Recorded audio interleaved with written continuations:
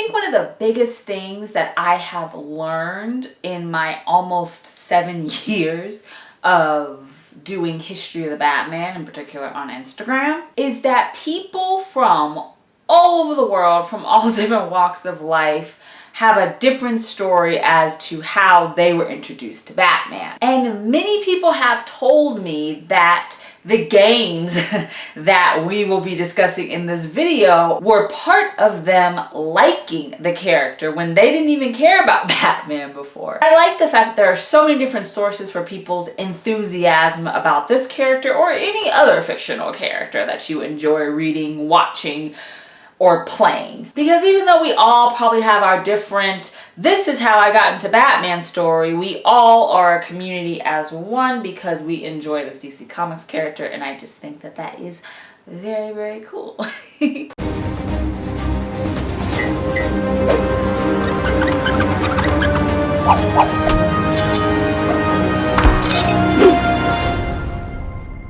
Welcome back, Gothamites. If you're new here, hello. I'm London, aka History of the Batman. I know this is like the second video I wore a beanie, and it's not just because it's cold, because it is cold, but I actually just received this Batman beanie from my Hot Topic fanatic Secret Santa. This is her Instagram. If you would like to follow her, she is a huge Nightmare Before Christmas fan and Disney fan, which is very close to my heart. Follow her.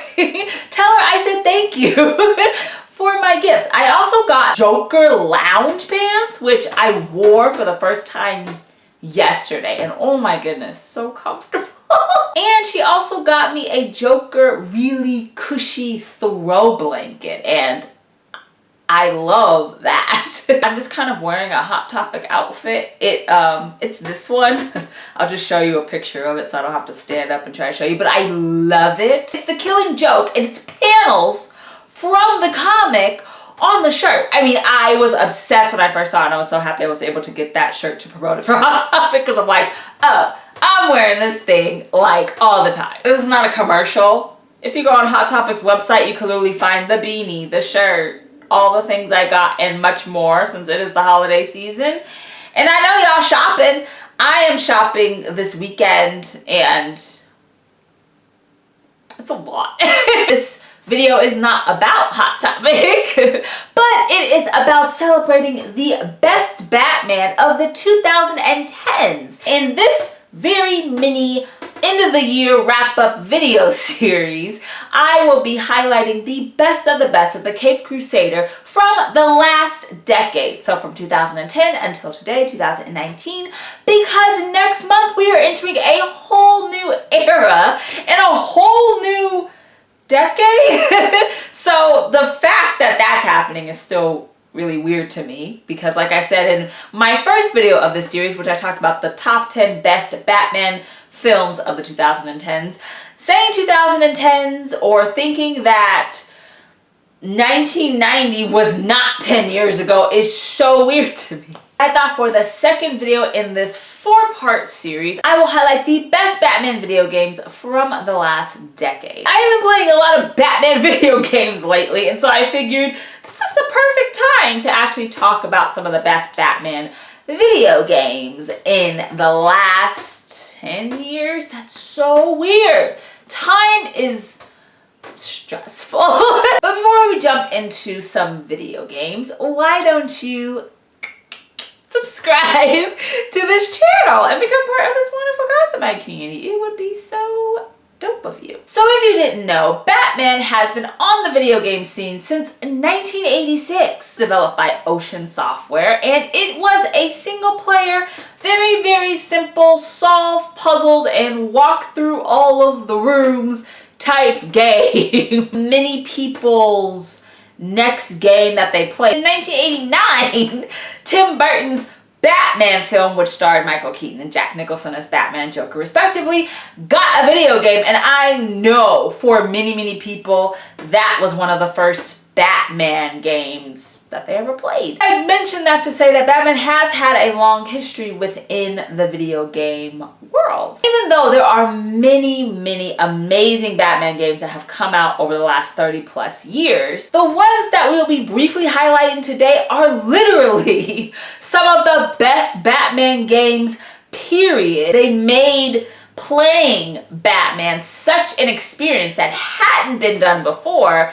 It's very exciting to highlight them and kind of talk about why we really enjoyed and fell in love with these games when they first came out. One of the first that I did want to briefly mention is the video games that were created within this past decade for a younger demographic. I watch anything Batman. I don't care if it's coming on Cartoon Network. I don't care if it's coming on Fox. I don't care if it's part of the cinematic universe.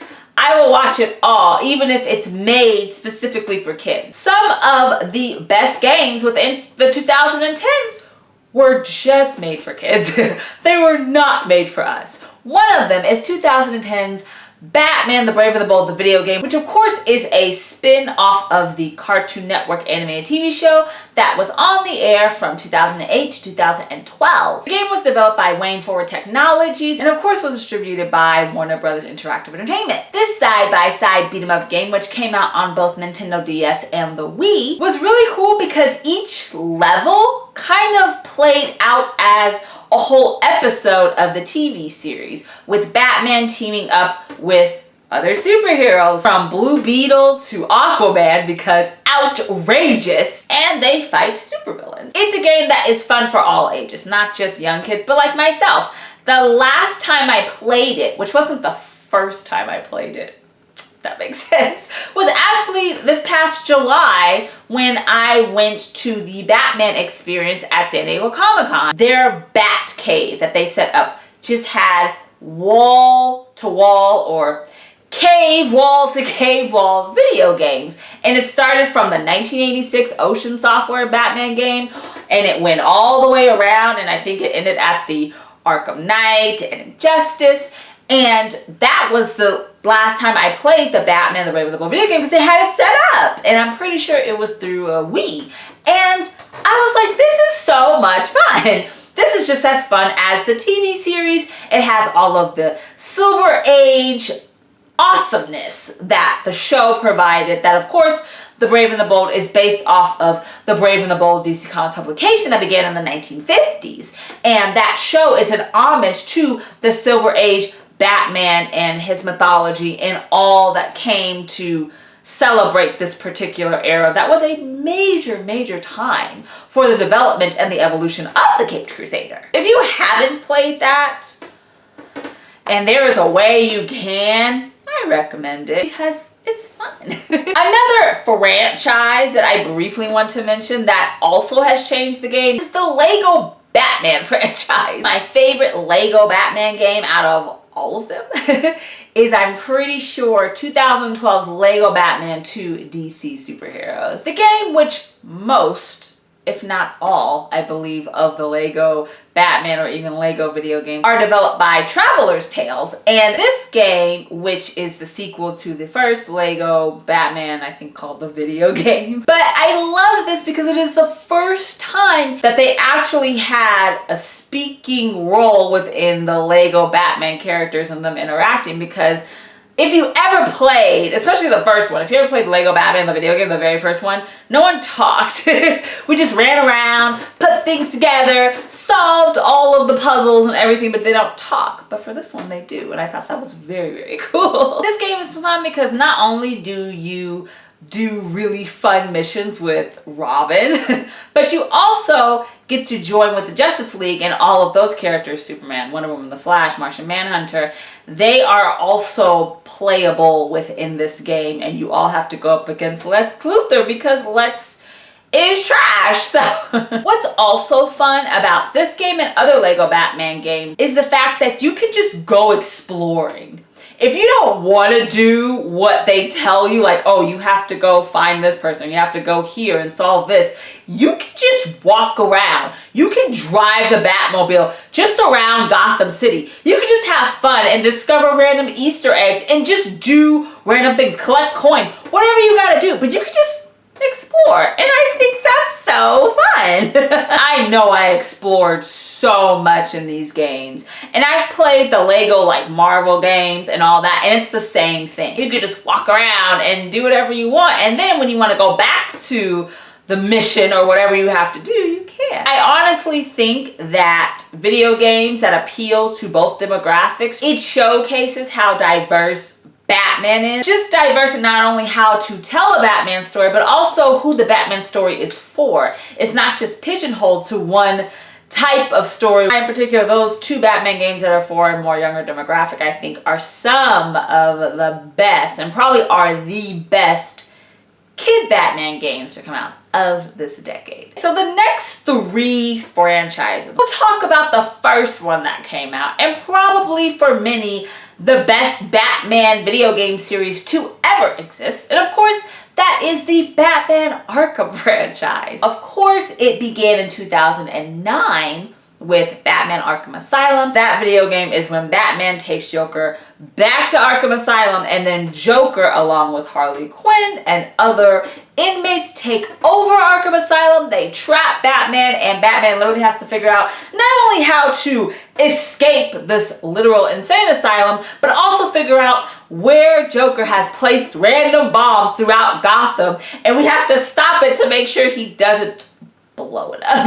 Now there are 4 core games. There's Arkham Asylum, which particularly is my favorite. And in 2011, we have the sequel video game, which is Batman Arkham City, which for many is said to be the best Batman game, but you can tell me if you agree. And Arkham City pretty much has Professor Hugo Strange, who has expanded Arkham Asylum and made it into this almost like maxi prison within like a part of Gotham City, and Batman has to figure out not only how to escape this new little maxi Arkham Asylum, but he also has to figure out what exactly is Professor Hugo Strange's Protocol 10 scheme, which seems like it could be very, very dangerous. The third game is from 2013, and that is Batman Arkham Origins. Now this one is a little different only because A, well, it's a prequel to Arkham Asylum, but also this game was developed not by Rocksteady Studios, but by Warner Brothers Montreal. I do love Arkham Origins because it's set on Christmas Eve, and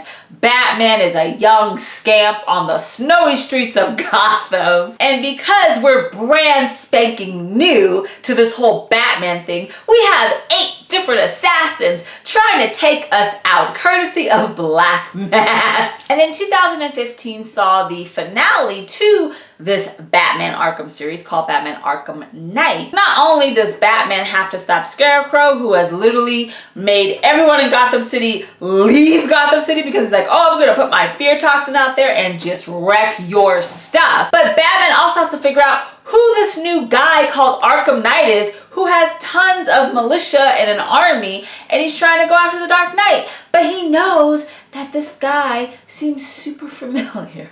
That is my only complaint about Batman Arkham, is that it was very easy to figure out who Arkham Knight was, like, in the trailers. And I get it. It's still a very, very good game, a very amazing conclusion to this Batman Arkham verse, but that was the only thing that kind of disappointed me. There are many, many, many reasons why Batman Arkham is said to be one of, or the best Batman. One, the visuals by themselves are spot on. You are so immersed in the world that we have always read in comics or watched on TV or in film. And it feels like you, being Batman, you're right in it. Either you're right in Arkham Asylum, or you're right in Arkham City, or you are right on the streets of Gotham during Christmas for Origins, or you are driving the Batmobile, which I still love. I don't care if other people say, oh, there's way too much Batmobile video game play. No, there is not, because I had been waiting since 2009 to drive that Batmobile. So the fact that that's there is so amazing. Visuals are amazing. The combat that Batman is involved in when he has to fight random thugs or a villain, it is so clean. The stealth of it all, the sleekness of him just doing all those combos, just the actual gameplay itself, where you can go into detective mode and check out your surroundings. It's just so much tech with Batman within this series I appreciate the most, because in comics you read that Batman has literally everything in that utility belt, in that Batmobile. He has all the toys, and in this series you get all the toys. And not to mention, what made this series even more enjoyable is the fact that the voice cast is outstanding. Kevin Conroy voices Batman in all of the Arkham video games, which, yes. The Joker, besides Arkham Origins, the Joker was voiced by Troy Baker, but for all the other ones, the Joker was voiced by Mark Hamill. For the first video game, Arkham Asylum, Arlene Sorkin, the Queen herself, came back to voice Harley Quinn. And then for the rest of the video games that Harley is featured, my girl Tara Strong is in there, and she is a queen herself. The fact that all of these incredible voice actors came back to bring these characters back to life that we've loved in the Batman animated series shows and all the other DC animated content just puts the icing on the cake. It honestly does. And one of the bigger things that I enjoy, and I like that about any media, is that Batman is not only showcased as a more darker character, and you can get more into the psychosis of Bruce Wayne and Batman, but you get that three-dimensional observation of all the characters. Even Gotham itself, it's just a very involved look at Batman within this video game world. It's its own universe. It's hard to not say that Batman Arkham is literally the best video game series to come out of this decade. To come out of Batman's entire 80-year history.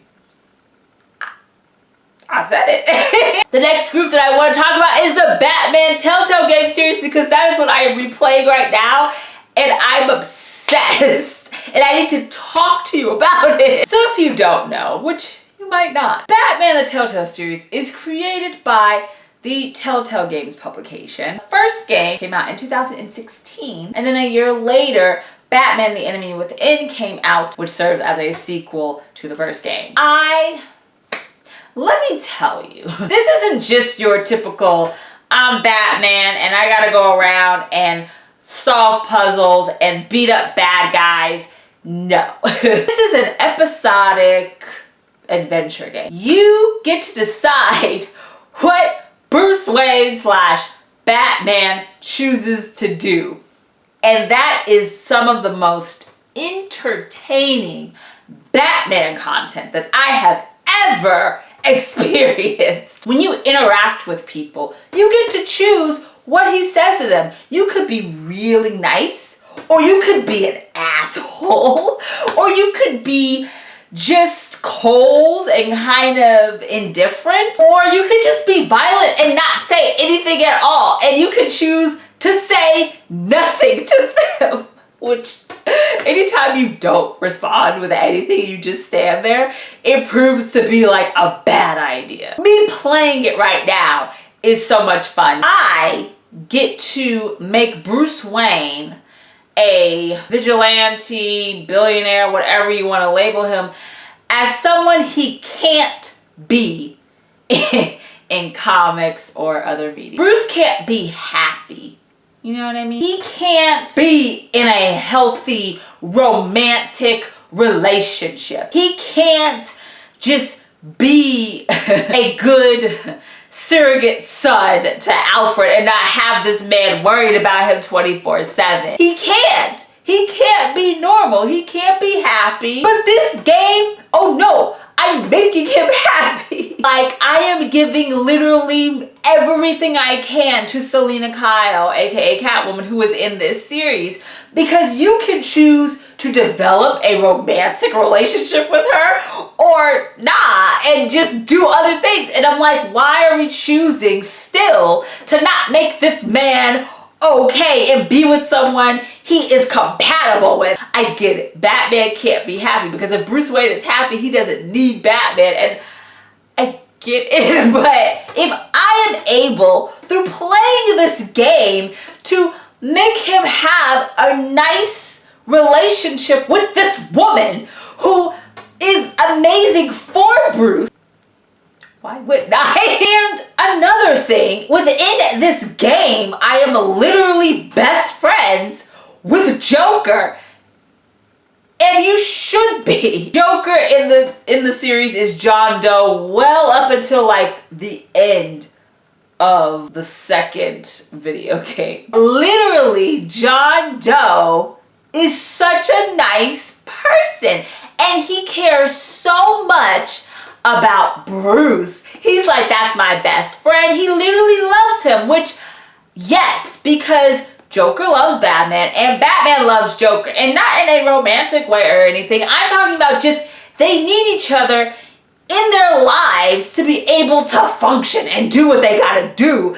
And this is so apparent in this interpretation of John Doe Joker, and the fact that you can be nice to him. Like, there's even one point where I'm able to offer John Doe his own car. Wow, street sweeper. Because he had to steal one and hotwire it. Like, I'm obsessed with that. Also like the fact that we're changing the narrative for a lot of these different characters. Like in the first game, it is heavily centered around the fact that Bruce's father, Thomas Wayne, was a really bad guy and ran with a horrible crowd within Gotham and literally was one of the big bad crime bosses, along with people like Falcone in Gotham when he was alive. And not only that, but he screwed over so many different people within the city that now it's blowing back on Bruce Wayne. The second game literally just has Bruce Wayne hanging out with all of the villains. I just really like the Telltale game series because while maybe the graphics of the game aren't as crazy pristine as the Batman Arkham series, which I really don't mind, the actual gameplay and how you can interpret the Bruce Wayne Batman character and how you can play out this story that can be different from anybody else in the entire world playing the same game as you. You're not going to have the same outcome because not everyone is choosing the exact same thing as anyone else. And I love that uniqueness within this game. Right now, I want to be like, Telltale Games stepped it up in the 2010s, and it's right there with Batman Arkham, but I'm not going to do that because people will yell at me. If you haven't played the Telltale Games, I really want you to, because I am having so much fun being this soft Batman, because he's soft. Hey, sometimes you just need Batman to be nice. Why not? The last franchise that I briefly want to bring up is another one of my favorite games that I play over and over and over again. Both of them, actually. That is, of course, the Injustice Gods Among Us series. It is... So the first game, Injustice Gods Among Us, came out in 2013, and the second game, Injustice 2, came out in 2017. This game, like Batman Arkham, has its own universe, and not just in video games but also in all of the tie-in comics, which I've read all of them, and so good. Developed by NetherRealm Studios and of course distributed by Warner Bros. Interactive Entertainment. And if you've ever played Mortal Kombat, that's Injustice but for the DC universe. The same development company made Mortal Kombat and Injustice. It is another beat 'em up game, which I love, but the graphics are really cool because while you're on a same like 2D plane, the characters and the environment around you is 3D. And I love when you can grab something and throw it to like hurt them. But just the storyline by itself is a good story, even if it wasn't made into a video game. This is Batman's like greatest fear. Superman becomes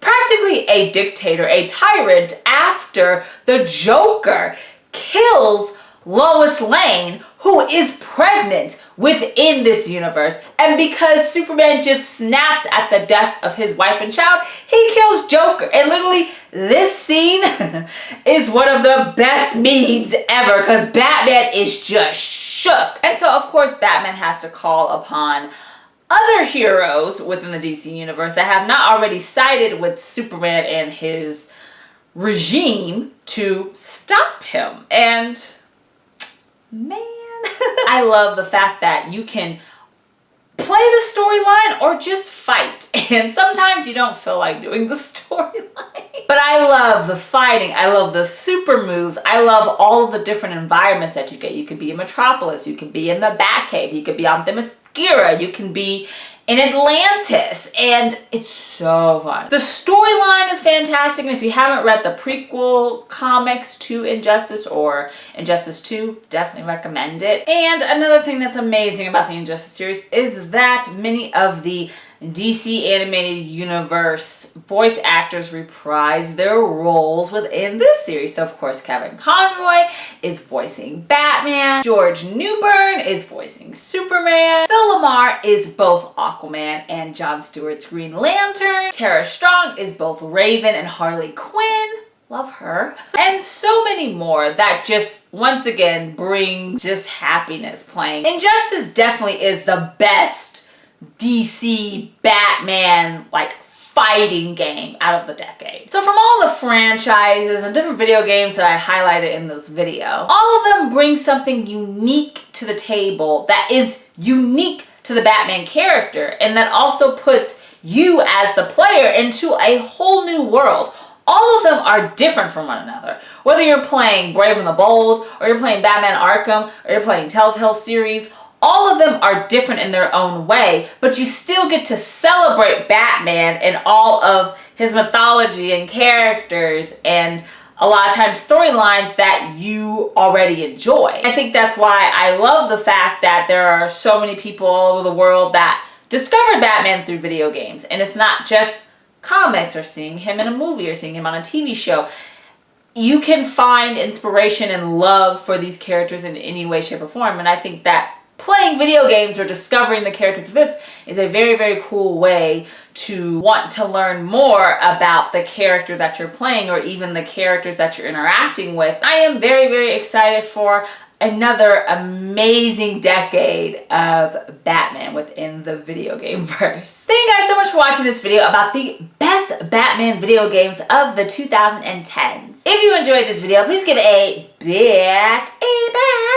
bat thumbs up. As always, all of my social media is linked in the description below, including Instagram at History of the Batman. So why don't you give it a follow and become a Gothamite? My giveaway that I am doing courtesy of UNDONE watches, where you can win an amazing UNDONE Batman 80th anniversary watch, ends on the 15th. Here is the giveaway photo. I still have the link where you can go to enter to win a Batman watch right in the description below. So please check that out and make sure you see all of the rules and how to properly enter. And good luck to everyone that does. Check out my videos for DC Comics DC Fans channel, and of course, please subscribe to this channel so you can become a part of this Batman community. It would mean so much to me. Thank you guys so much for watching, and we will have more of the best Batman of the 2010s and History of the Batman very soon, right here on YouTube. Remember, Gothamites, all about peace, love, and Batman. Bye.